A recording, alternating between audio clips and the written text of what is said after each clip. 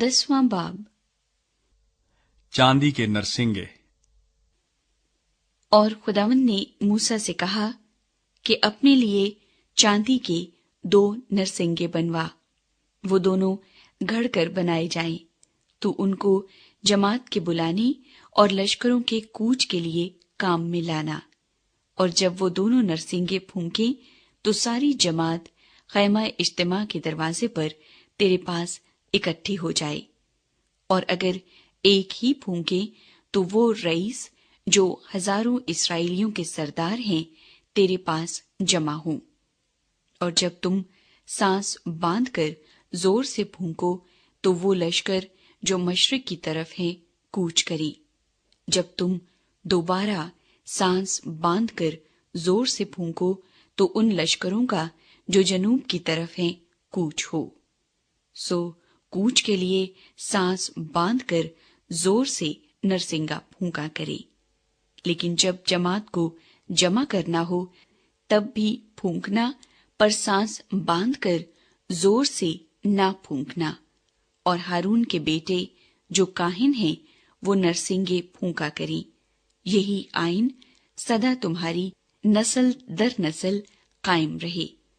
और जब तुम अपने मुल्क में ऐसे दुश्मन से जो तुमको सताता हो लड़ने को निकलो तो तुम नरसिंगों को सांस बांधकर जोर से फूंकना।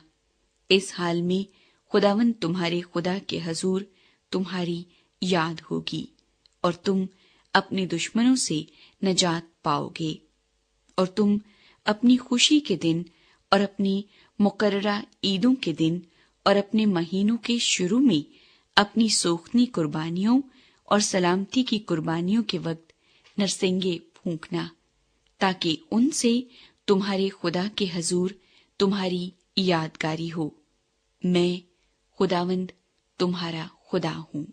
इसराइली डेरे उठाते हैं। और दूसरे साल के दूसरे महीने की 20वीं तारीख को वो अबर शहादत के मस्कन पर से उठ गया। तब बनी इसराइल दश्ते सीना से कूच करके निकले और वो अबर दश्ते फारान में ठहर गया। सो खुदावंद के उस हुक्म के मुताबिक जो उसने मूसा की मार्फत दिया था उनका पहला कूच हुआ।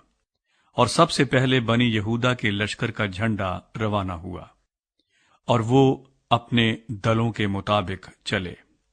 उनके लश्कर का सरदार अमी अंदाब का बेटा नासून था। और इश्कार के कबीले के लश्कर का सरदार जुगर का बेटा नतनीएल था। और जबुलून के कबीले के लश्कर का सरदार हैलून का बेटा इलियाब था।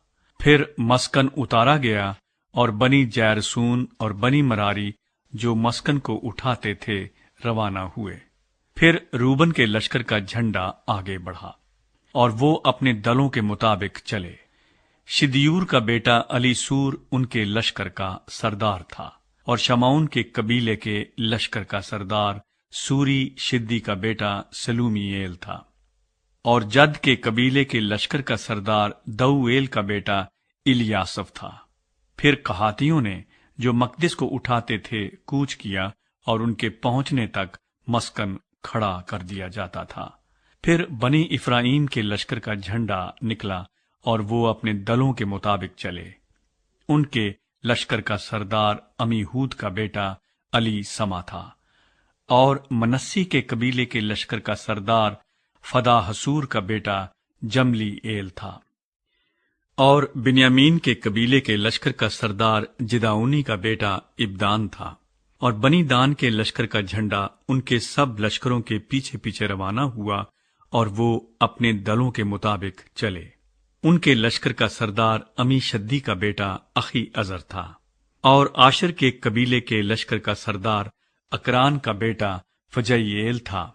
और नफ्ताली के कबीले के लश्कर का सरदार ऐनान का बेटा अखीरा था। सो बनी इसराइल इसी तरह अपने दलों के मुताबिक कूच करते और आगे रवाना होते थे। सो मूसा ने अपने खुसर रऊएल मिद्यानी के बेटे हुबाब से कहा कि हम उस जगह जा रहे हैं जिसकी बाबत खुदावंद ने कहा है कि मैं उसे तुमको दूंगा। सो तू भी साथ चल और हम तेरे साथ नेकी करेंगे کیونکہ خداوند نے بنی اسرائیل سے نیکی کا وعدہ کیا ہے۔ اس نے اسے جواب دیا کہ میں نہیں چلتا، بلکہ میں اپنے وطن کو اور اپنے رشتہ داروں میں لوٹ کر جاؤں گا۔ تب موسیٰ نے کہا کہ ہم کو چھوڑ مت، کیونکہ یہ تجھ کو معلوم ہے کہ ہم کو بیابان میں کس طرح خیمہ زن ہونا چاہیے، سو تو ہمارے لیے آنکھوں کا کام دے گا، اور اگر تو ہمارے ساتھ چلے تو اتنی بات ضرور ہوگی کہ جو نیکی خداوند ہم سے کرے وہی ہم تجھ سے کریں گے۔ لوگ روانہ ہوتے ہیں۔ پھر وہ خداوند کے پہاڑ سے سفر کر کے 3 دن کی راہ چلے، اور تینوں دن کے سفر میں خداوند کے عہد کا صندوق ان کے لیے آرام گاہ تلاش کرتا ہوا ان کے آگے آگے چلتا رہا۔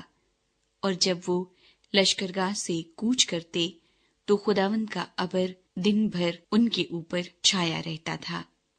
اور صندوق کے کوچ کے وقت موسیٰ یہ کہا کرتا، اٹھ اے خداوند، تیرے دشمن پراگندہ ہو جائیں، اور جو تجھ سے کینہ رکھتے ہیں وہ تیرے آگے سے بھاگیں۔